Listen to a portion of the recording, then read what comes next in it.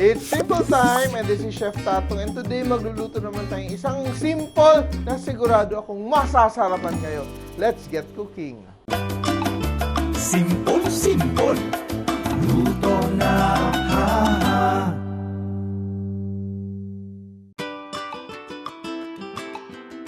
Yung gagawin natin ngayon ay parang Japanese style na pork steak dish na you can stir fry. But what we're going to do is we're gonna grill very lightly, no? And ang gamit ko today ay meron akong pork tenderloin, no? Pork tenderloin.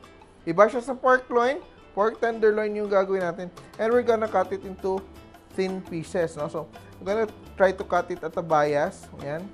So, pwede din natin siya i-butterfly para lumapad siya. Ayan.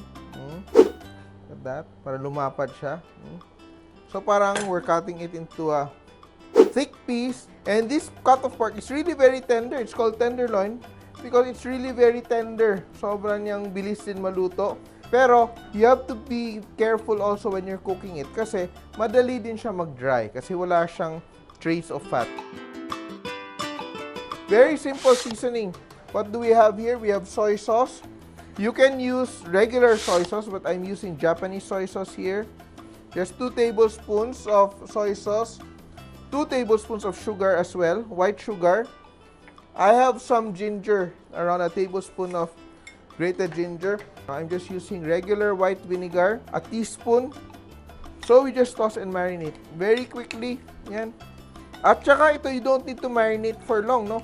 Just toss and that's fine. Just add a little bit of oil on our pan. So, and we grill. Hot enough ba yung pan? Just move our oil around. And hot enough. Yeah, it's hot enough. Hear the sizzle. Yan. Ito, imagine to na medyo uling yung gamit natin. Wow. We want it to caramelize. So, I'm just going to get my bowl ready. So, of course, may rice tayo. May bowl ako dyan. I'll just prepare my garnish.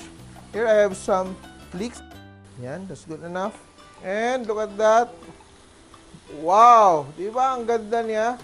Oh. Diba? Very quickly, luto na siya.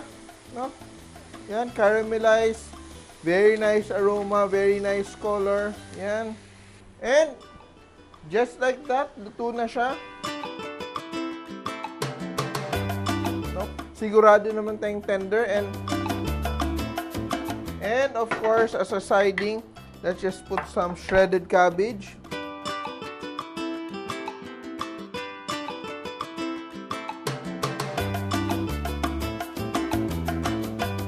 Here's our version of the Japanese pork shugayaki or ginger pork steak.